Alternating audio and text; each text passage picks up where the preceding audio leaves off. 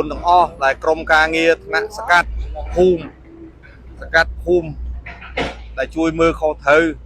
ឲ្យជួយកាន់ដៃគ្នាចាប់ដៃគ្នាថាឈប់ឲ្យរំលោភមកអញ្ចឹងកាលណារំលោភឲ្យបិទមាត់លូទៅអីរួចបើបល័យអាចេញពីនឹងមកប្រហែលជា20 ម៉ែត្រទៅ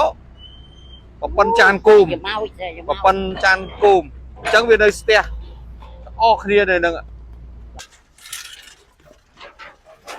អត់មានមូសកាន់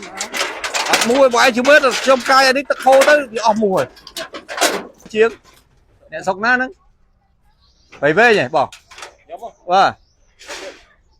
អរគុណហើយបានបន្ទាប់ពីផ្ទះគ្រូពេទ្យមកនេះផ្ទះបងនេះ